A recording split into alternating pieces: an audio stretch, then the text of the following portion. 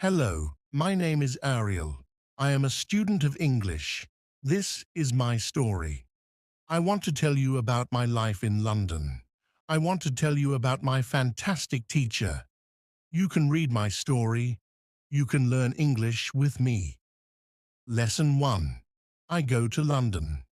It is a beautiful summer day. I am traveling on a train. Two women are on the train with me. The women sit opposite me. The women speak English. I don't understand much. I study English, but I am a beginner. I don't know many words. I start to speak to the women.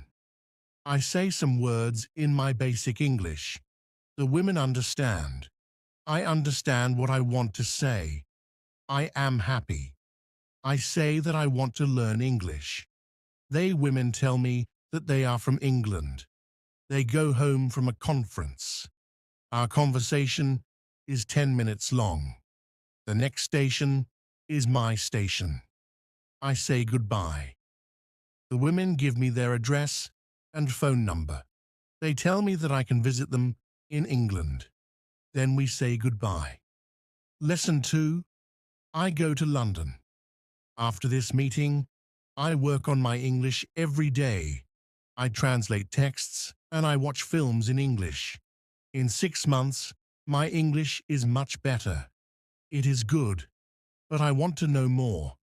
I go to London. I want to study English in London. When I am in London, I go to a school. My first lesson is on Monday.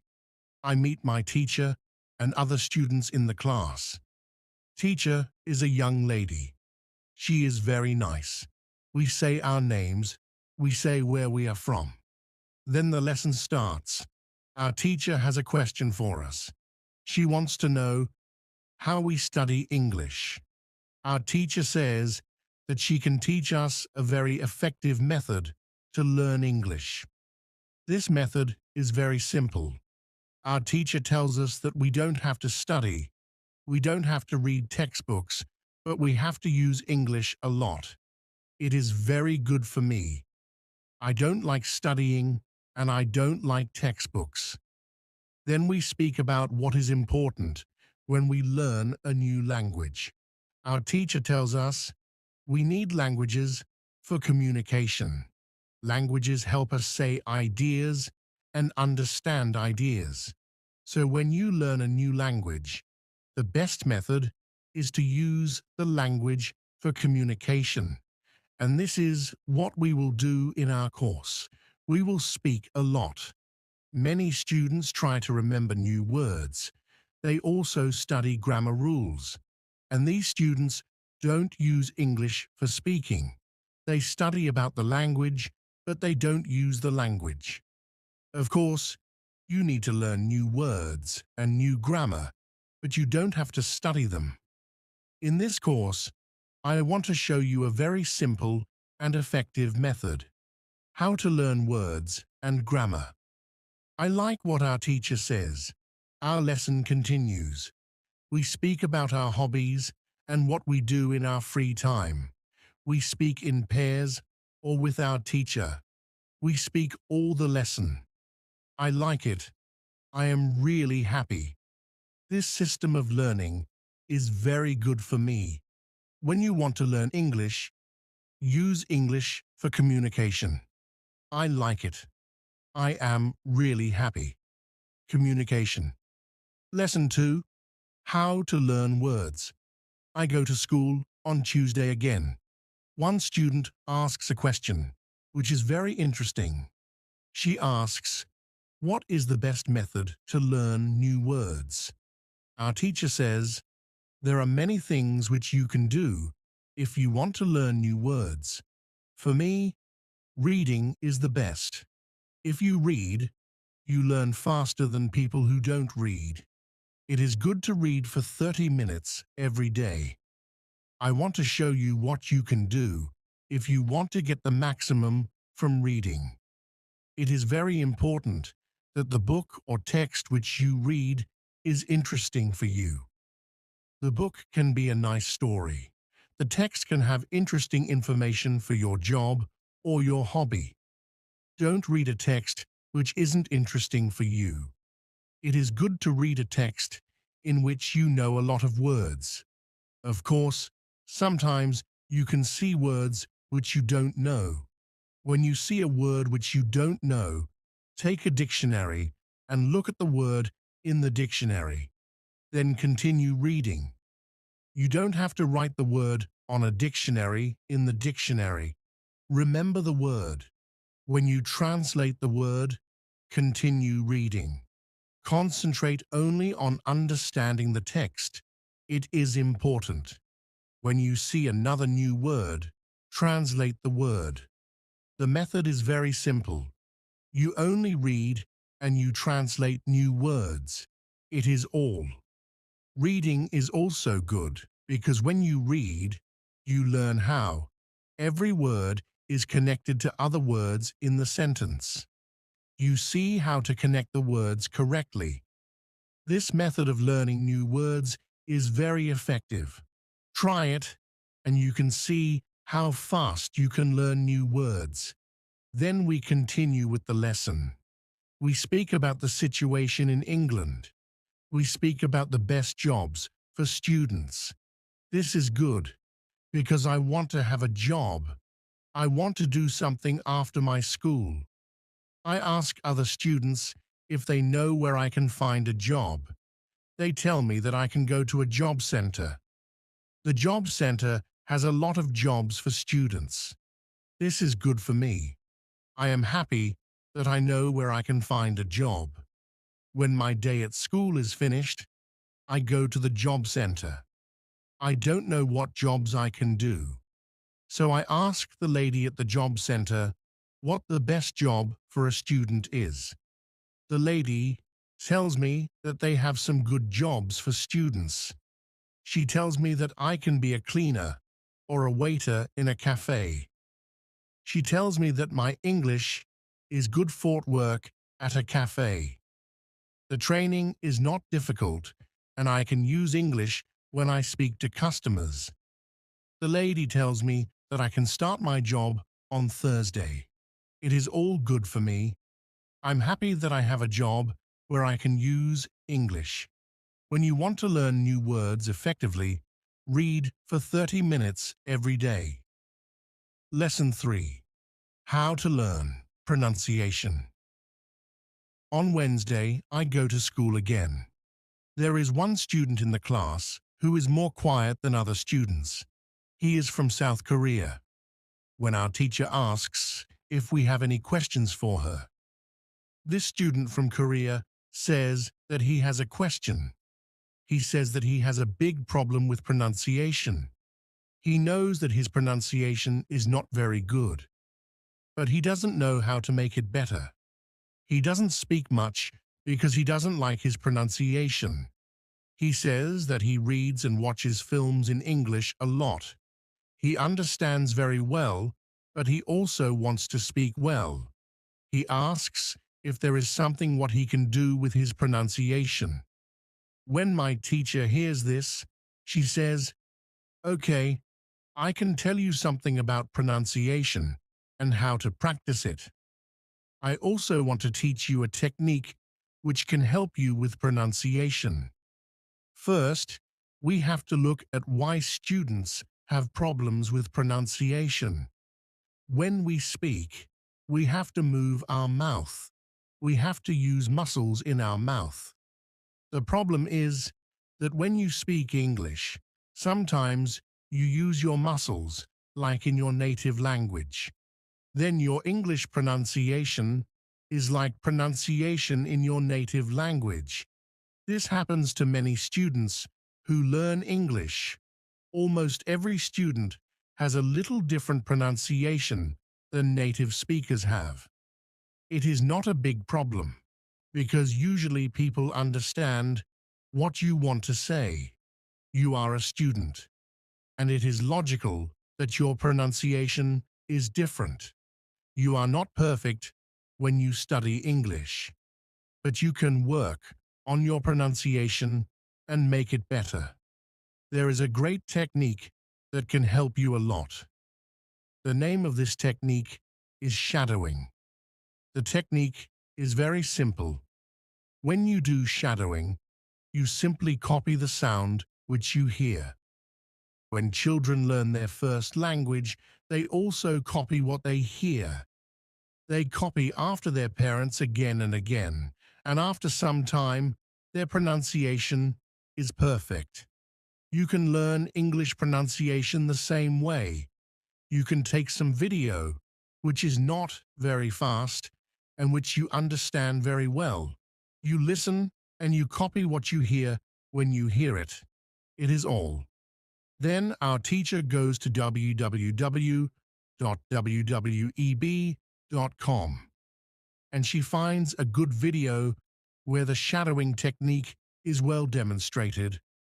We watch the video. Then we all try to do shadowing for about 3 minutes. Then our teacher tells us, shadowing is also good when you are preparing for a presentation and you want to have good pronunciation. Before the presentation, you can go to some place where you are alone. Before the presentation, you can go to some place where you are alone. And you can do shadowing for about 10 minutes. You will see how much it will help you to have better pronunciation during the presentation. This is very interesting for me. I haven't heard about this technique before. When the lesson finishes, I go to the school reception. I ask the lady if there are any sport activities at school. I would like to do some sport in England. The lady at the reception says, yes, we have a table tennis team and a football team. The football team has training today at 5 o'clock. I'm very happy because sport is very important in my life. I go to the training of the football team. I meet a lot of players from different countries. The players are from Brazil, Japan, Russia, Spain, Argentina, and Italy. I like the training. I am very happy that my time in England starts well. I have a great teacher. I also have some new friends from my football team. Also, tomorrow I am starting my job. When you want to have good pronunciation, repeat after native speakers. Lesson 4. How to practice. Speaking on Thursday, I go to school again. We have a new student in our class. Her name is Monica, and she is from Italy. At the beginning of the lesson, my teacher asks Monica some questions. My teacher knows Monica because Monica visited her class 1 year ago. It was a class for beginners and it was only for children. The teacher has been a great teacher for 2 weeks during summer holiday. When Monica speaks, her English is beautiful. Her pronunciation is very good and she is very fluent. My teacher is very happy and she tells Monica, your school in Italy must be very good. Monica says, I don't go to any school. I learn English at home. I use techniques from you. I do a lot of reading, shadowing, and thinking aloud. I try to think more in English than in Italian. This is how I work on my English. The 2 weeks which I spent last summer at your class helped me a lot. You showed me the way. I know how to work on my English every day.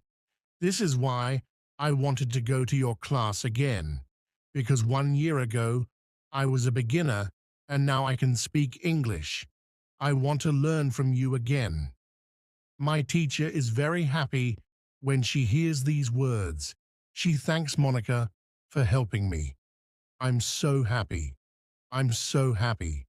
I'm so happy. I also know the shadowing technique. But Monica also speaks about thinking aloud. I don't know what it is, so I ask our teacher, what is thinking aloud? Our teacher says, it is a very effective technique. You have to have a strong motivation to learn English if you want to have benefit from this technique. It is also good to know that for some people, this technique is a little crazy. But when you start to think aloud, he always said, I don't know. His hands were cold. His face looked tired. I tried to smile. I did not want him to see my worry. I wanted to be strong for him.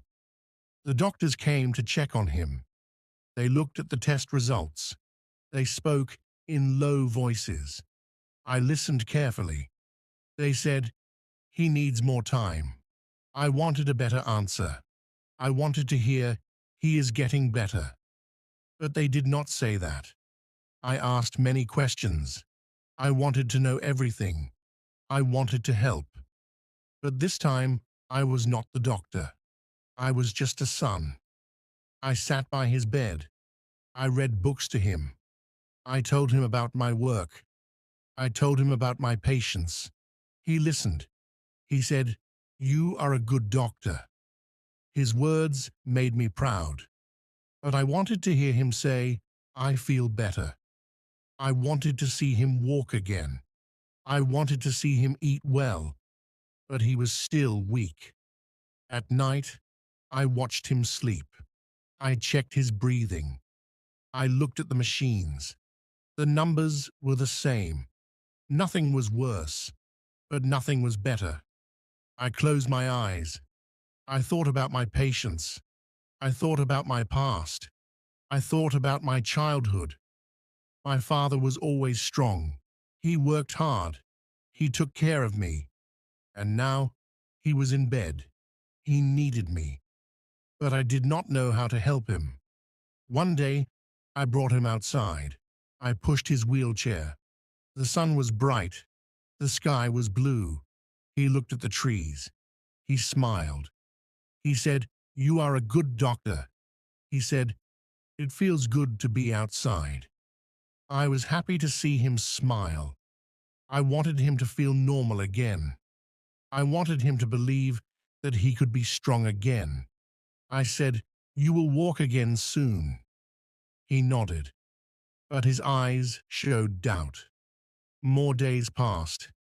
He still needed help. He still needed medicine, but I did not give up. I stayed with him. I talked to him. I helped him eat. I told myself he will get better. I wanted to believe it. I had to believe it. I was a doctor. I had saved so many lives. And now I needed to save his. Every morning I sat beside my father. I watched him wake up slowly. I watched him wake up slowly. He moved his hands carefully. He looked at me and smiled. I asked, did you sleep well? He always said yes. But I knew he did not sleep well. He woke up many times during the night. He coughed. He turned in bed. He was uncomfortable, but he did not complain. He did not want me to worry. The nurses came to check him. They asked him questions. They gave him medicine. They wrote notes in their papers. I watched them. I wanted to know every detail. I wanted to understand his progress. I wanted to understand his progress. They said, he is stable. I wanted to hear more. I wanted to hear he is getting better. I wanted to hear he is getting better. But they did not say that. I tried to stay positive. I tried to be patient. In the afternoon, he died again. The air was fresh. The sun was warm. He looked at the flowers in the garden. He said, it is beautiful here. I smiled. I wanted him to enjoy the moment. I wanted him to feel happy. I pushed his wheelchair slowly. I pushed his wheelchair slowly. I talked to him. I told him stories from the hospital. He listened. He laughed a little. He loved hearing his laughter. At night, I sat in his room. I watched him eat. He ate very little. I asked, do you want more? He shook his head. I wished I could make him stronger. I wished I could do more, but I knew I had to be patient. I had to wait. I had to believe that time would help him heal. I told myself, he will recover. He looked at me. He said, "You work too hard. You need rest." I smiled. I said, "I am fine," but I knew I was tired. I had not slept well for many days, but I did not care.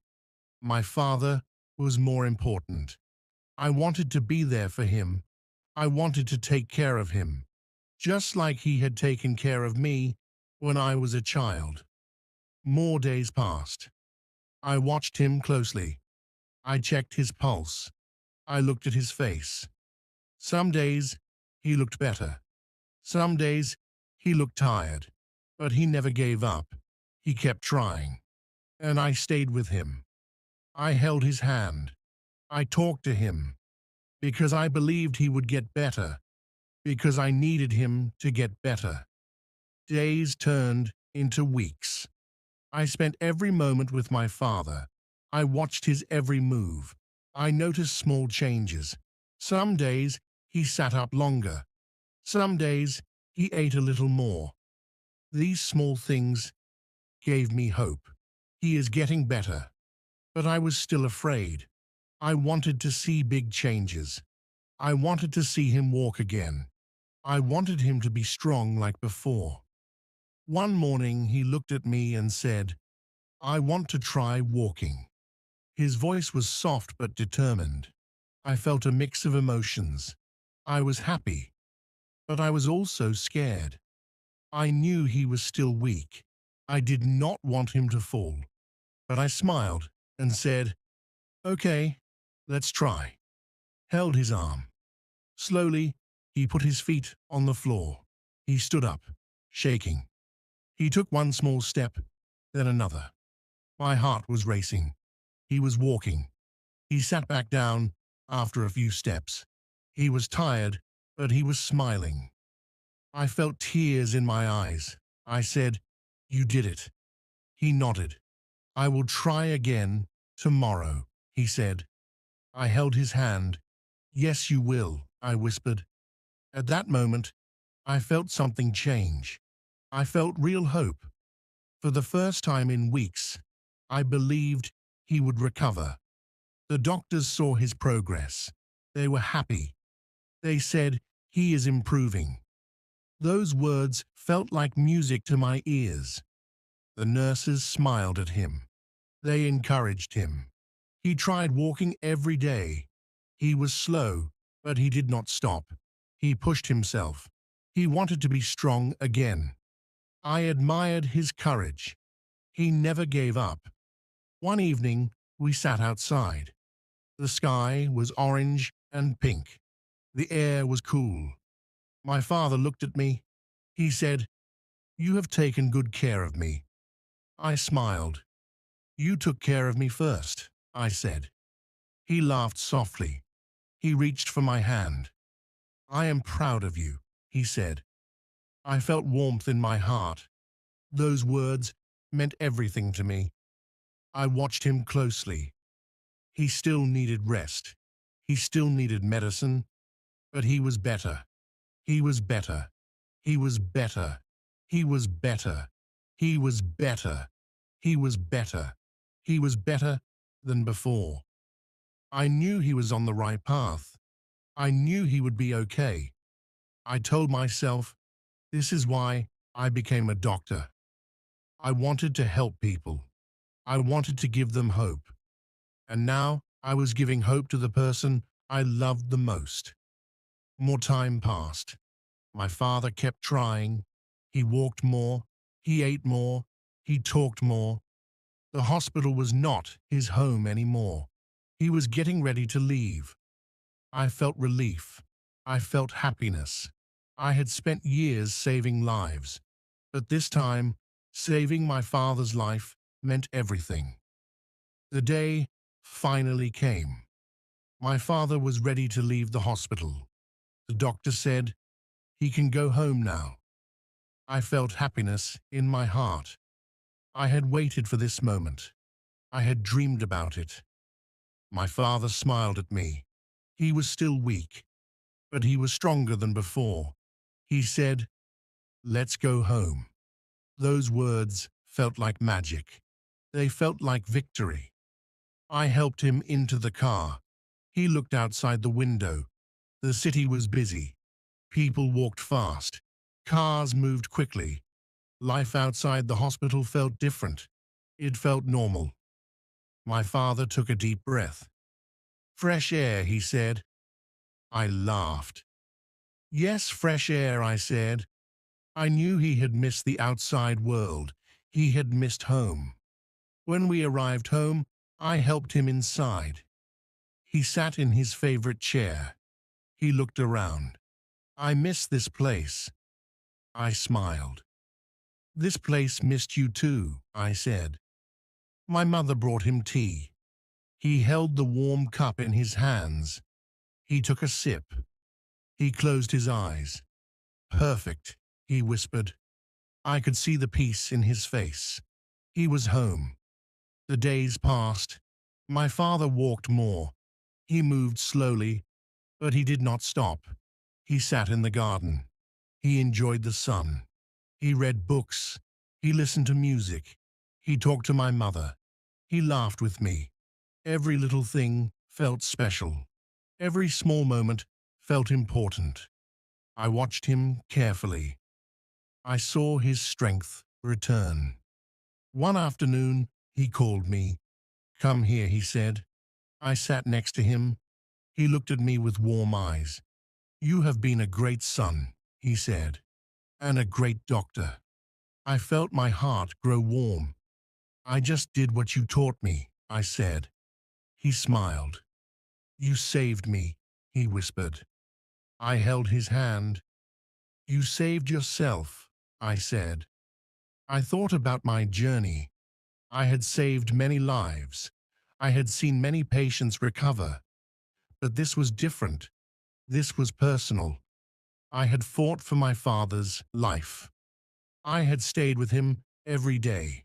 I had believed in him when he was weak, and now he was strong again. I knew I would never forget this experience. More time passed. My father became himself again. He walked without help. He ate well. He laughed often. I looked at him and felt proud. He had won his battle, and I had learned something important. Being a doctor is not just about medicine. It is about hope. It is about love. It is about never giving up. I sat with my father in the garden. The sky was blue. The birds sang. He looked at me and said, "You are a good man." I smiled. "I had a great teacher," I said. He laughed. We sat there in silence, enjoying the moment. I felt peace. I felt happiness. My father was here. He was alive. And that was all that mattered. Thank you all for your time and attention today. I hope you found the lecture insightful. Take care, and I look forward to our next session. This is not just happening to you.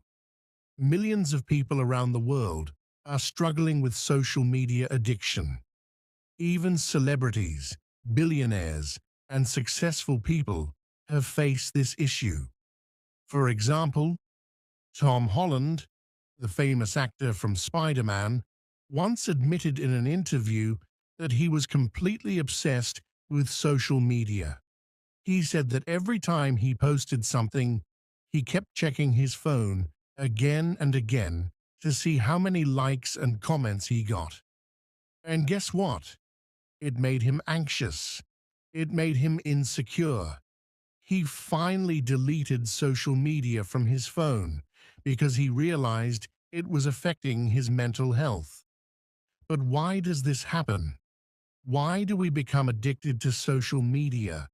When you open Instagram, what do you see? Someone traveling to Paris, someone showing off their new car, someone posting a perfect relationship picture, someone celebrating a big achievement. And what do? You start comparing your life with them. Why am I not traveling? Why don't I have a new car? Why is my relationship not perfect? Why am I not successful yet? This comparison makes you feel bad about your own life. But here's the truth. Social media is fake. People only show their best moments, not their struggles. They use filters to make everything look better. Even celebrities edit their pictures to look more like themselves. They only show you things that you don't know. More attractive. But your brain doesn't understand this. Your brain believes what it sees. That's why you feel like your life is not good enough. And when you feel bad, what do? You scroll more. You keep looking for more content, more entertainment, more distraction. And this is where the real problem begins. Dopamine addiction. Let me ask you, can you watch a 30-minute educational video without feeling bored? Most people can't, but they can easily watch 30 short videos, each 1 minute long. Why? Because of dopamine. Dopamine is a chemical in your brain that makes you feel good. It is released when you eat your favorite food. You achieve something. You get a like or comment on your post. Social media hacks this system. It gives you small rewards, again and again, instantly. One notification, dopamine boost. One new like, dopamine boost. One new comment, dopamine boost. Every time you scroll, your brain gets a small hit of dopamine. And just like a drug addict needs more drugs to feel good, you need more scrolling, more videos, more likes. According to research, social media designed to be as addictive as gambling. When you pull the screen down to refresh, your brain reacts like a gambler pulling the lever of a slot machine. You don't know what's coming next, and that excitement keeps you hooked. This is why you can't stop scrolling. Think about this. Why are we not addicted to studying? Why are we not addicted to exercise? Why are we not addicted to meditation? Because these things give slow rewards. If you study today, you don't get instant success. If you exercise today, you don't see six-pack abs immediately. If you meditate today, you don't feel the benefits right away. But social media, instant pleasure, instant fun, instant dopamine. And this is the reason good habits are hard to get rid of. Social media tricks your brain into choosing temporary pleasure over long-term success. By now, you understand that social media addiction is real. It's not just your fault. Many genius people, engineers, psychologists, and data scientists work every day to make sure you stay addicted. Think about it. When you watch one video, the algorithm immediately recommends another similar video.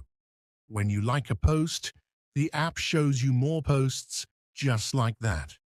When you scroll on TikTok or Instagram Reels, the next video loads automatically, so you don't even have to click.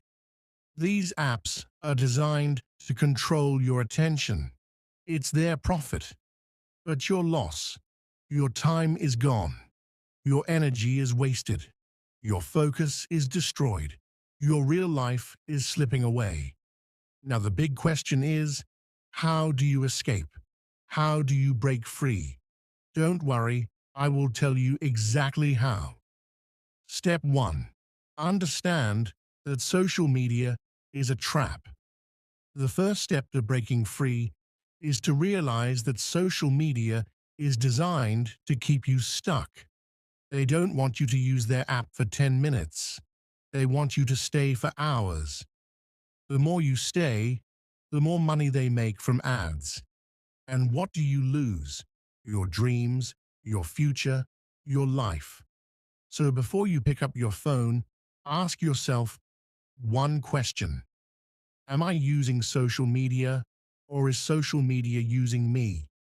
If the answer is that social media is controlling you, then it's time to change. Step 2. Turn off notifications. Think about this. How many times does your phone beep in a day? New message, new comment, someone liked your post. Every notification pulls your attention away. According to research, once your focus is broken, it takes 23 minutes to fully concentrate again. So, if you want to take back control of your life, do this right now. Go to your phone settings and turn off notifications. You don't need to know every like, every comment, every new video immediately. This one step alone can save you hours every day. Step 3. Use the 5-second rule. Most people don't even realize when they pick up their phones. Their hands move automatically. So here's a simple trick. The 5-second rule. Whenever you feel like checking your phone or checking social media, count backward in your mind. 5, 4, 3, 2, 1. And then ask yourself, do I really need to open this app? Or is it just a habit? Most of the time, you will realize you don't actually need to use it. Step 4. Set time limits for social media. The average person spends 7 hours a day on their phone. That's 210 hours a month. That's 87 full days a year. Imagine you could learn a new skill, start a business, or travel the world in that time. So set a clear time limit for social media. Decide how many minutes you will use social media each day. Example, 30 minutes. Set a timer. Once the time is up, close the app. Use an app blocker to automatically stop you from using social media after the limit is reached. Step 5. Replace social media with real life. Most people use social media because they are bored. So, what's the solution? Fill your life with real activities. Go outside, take a walk, go to a park, or travel. Read books. Books give you knowledge, unlike endless scrolling. Learn something new. A new language, cooking, music, anything. Talk to real people. Call a friend. Spend time with family. Exercise. Move your body and feel better instantly. The more real-life activities you have, the less you will feel the need for social media. Step 6. Make your phone less addictive. Do you know why you always check your phone? Because it looks exciting. Set your screen to black and white.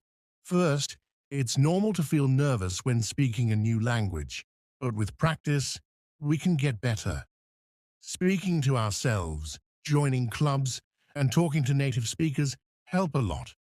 Second, be patient. Learning takes time, and mistakes are okay. Mistakes are chances to learn. Third, being around supportive people is important. They can help us feel confident. Finally, make learning fun. Watching movies, listening to music, and enjoying activities make learning better. Now let's learn. Let me tell you about John. John moved to an English-speaking country for work. He was good at his job, but speaking English was hard. He understood everything in meetings, but when it was his turn to speak, he got nervous. John decided to practice. He found a language partner and met them twice a week. He also took an online course. The course had speaking exercises and feedback from teachers. John spoke English every day. He talked to himself, recorded his voice, and practiced with colleagues. They helped him, and his speaking skills got better. John became more confident in meetings and could speak clearly. From John's story, we learned that practice, a language partner, and speaking courses help. Also, making learning fun and speaking slowly and clearly is important. This way, others can understand us better. Another tip is to expand our vocabulary. The more words we know, the easier it is to speak. Read books, watch movies, and listen to music in English. Write down new words and use them in conversation. Another good tip is to practice speaking in different situations, like ordering food, asking for directions, or talking about our day. The more we practice, the better we get. Finally, find a speaking buddy.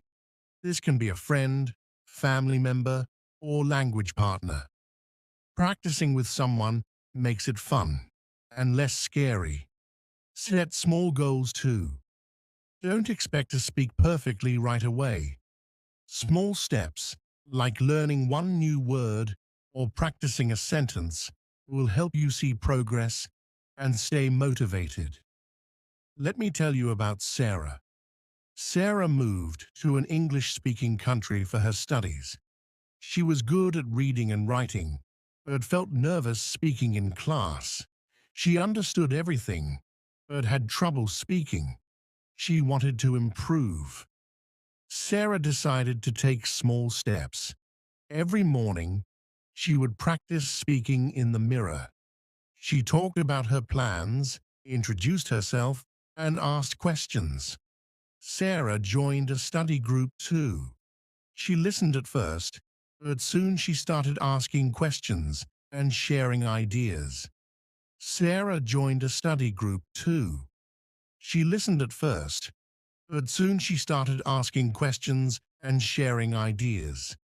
The group was supportive, and Sarah spoke more. The group was supportive, and Sarah spoke more. The group was supportive, and Sarah spoke more. She also joined a soccer team. She made friends there and practiced speaking with them. Sarah realized mistakes were okay. Mistakes were okay. She stopped worrying about them and started enjoying speaking more. Over time, Sarah's speaking got better. She was she was more confident in class and made many new friends. She felt proud and wanted to keep improving. From Sarah's story, we learn that small steps, regular practice, and finding things we enjoy can help. Don't worry about mistakes. Every mistake is a chance to learn and improve. Thank you for listening. Keep practicing, stay patient, and enjoy learning English. You can do it. In this chapter, we will talk about some easy ways to practice speaking English every day. Speaking every day is very important. It helps you feel more comfortable and improves your skills. First, let's talk about talking to yourself. It may sound strange, but it really works. You can talk to yourself in the mirror. Look at yourself and say simple things like, "I'm going to work today," or "I like to read books." This helps you hear your own voice and get used to speaking in English. It also makes you feel more confident. You can also talk about your day. For example, you can say, "Today, I woke up early. I ate breakfast and went for a walk." It does not have to be perfect. Just speak. The more you practice, the easier it gets. Another way to practice speaking is by listening. Listening to English speakers will help you learn how to speak better. You can watch TV shows, movies, or videos in English. Pay attention to how the actors speak. Listen to how they say words and the sounds they make. You can also repeat what they say. This is called shadowing. Shadowing helps you speak like a native speaker. You can pause the video and say the same sentence the way they did. This will help you with pronunciation and intonation. Another great way to practice is by reading aloud. You can read aloud with a simple book or an article in English and read it out loud slowly. Try to pronounce the words correctly. If you find a word you don't know, look it up. This will help you improve your vocabulary and your speaking skills.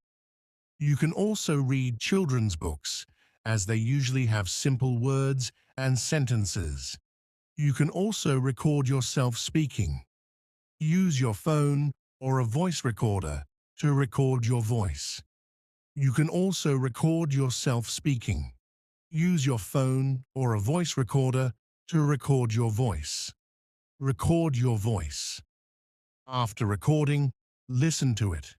This will help you hear where you need to improve. For example, maybe you speak too fast, or you don't pronounce some words correctly.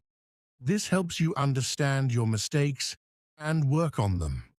You can record yourself speaking about different topics. Maybe talk about your favorite hobby, your family, or a book you are reading. Listening to your own voice will help you improve. Sometimes it's hard to practice alone. This is why it's important to find a practice buddy. A practice buddy is someone who speaks English, or someone who is learning English just like you. You can talk to them on the phone, over video call, or in person. It can be a friend, a family member, or even a classmate. You can ask them to practice with you once a day. It can be about simple topics like your day or the weather. Practicing with someone will make you feel less nervous, and it will help you speak better. You can also find a language partner online. There are websites and apps that help you connect with people from other countries. You can find a person who speaks English and wants to learn your language.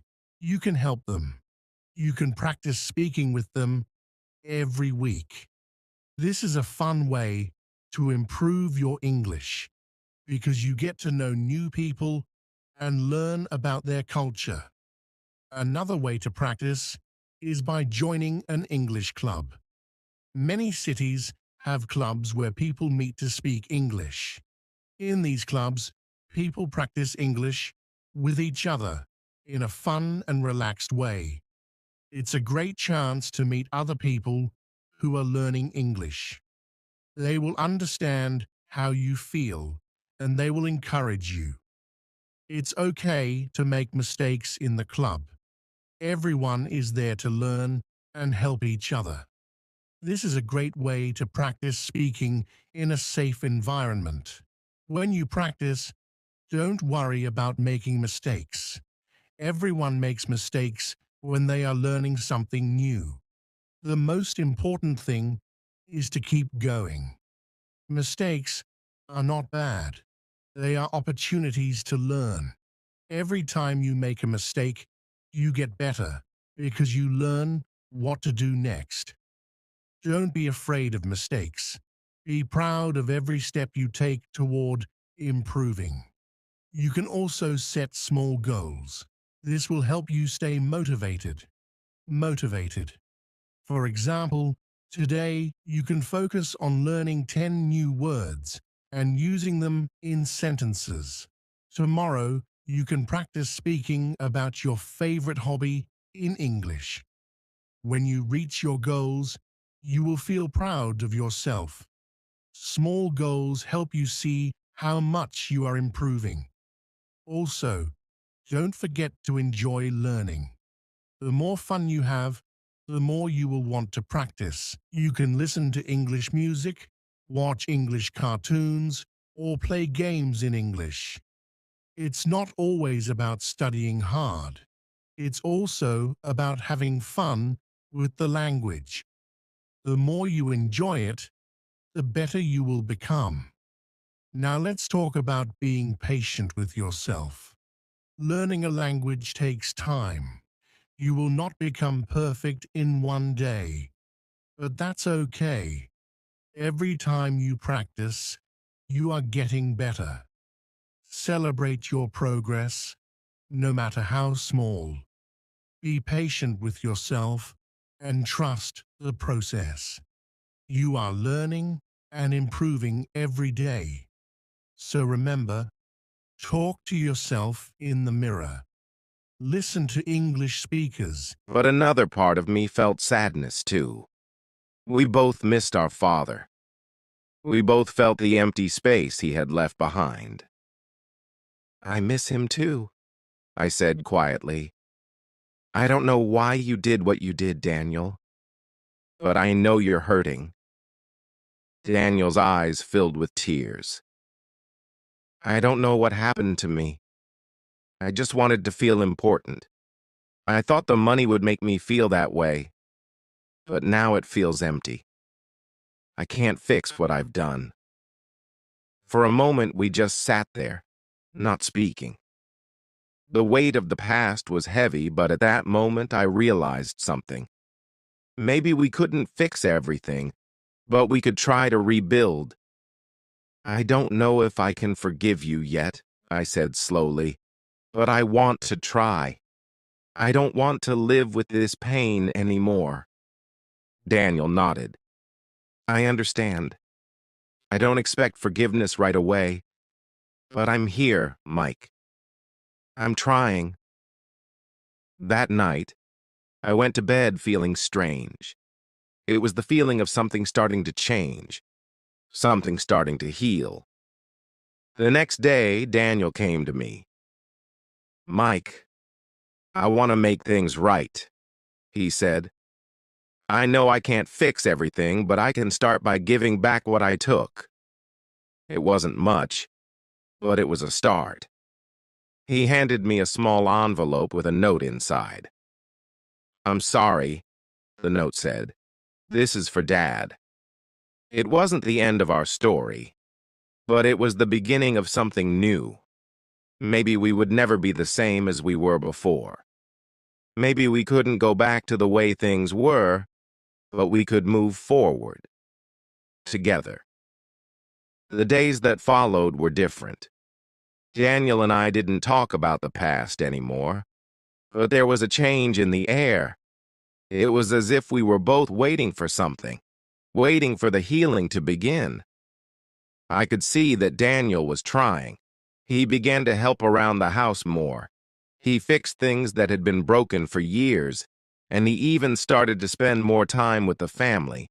It wasn't perfect, but it was better than before. One evening, we sat together in the living room. The TV was on, but neither of us were really watching. It was just the two of us, sitting in silence. Finally, Daniel spoke. "Mike, I know it won't be easy. I know I've hurt you, but I want to be a better brother. I want to be someone you can trust again." I looked at him. I could see the sincerity in his eyes. For the first time in a long time, I believed him. "I don't know if I can trust you yet," I said softly, "but I'm willing to try." Daniel smiled, and I could see a small light in his eyes. It was a small step, but it was something. The following weeks were full of small changes. We didn't have big fights anymore. We didn't argue over the money or the past. We just started to live our lives day by day, trying to move forward. It wasn't perfect. There were still moments when the weight of what had happened hung over us, but we were both learning to live with it. And for the first time in a long time, I felt hope. One day we went for a walk together. It was a quiet afternoon, and the weather was perfect. As we walked, we talked about the future, about the things we wanted to do and the things we hoped for. It wasn't a deep conversation, but it was one of the most honest conversations we had ever had. "I think we'll be okay, Mike," Daniel said as we walked. "I think we'll find a way to make things right." "I hope so," I replied. "But it'll take time."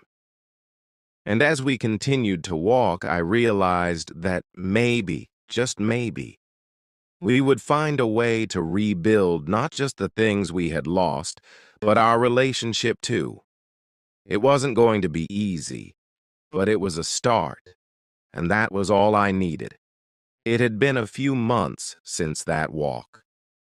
Things were different now. Daniel and I still didn't always agree, but the anger that once filled our conversations was gone.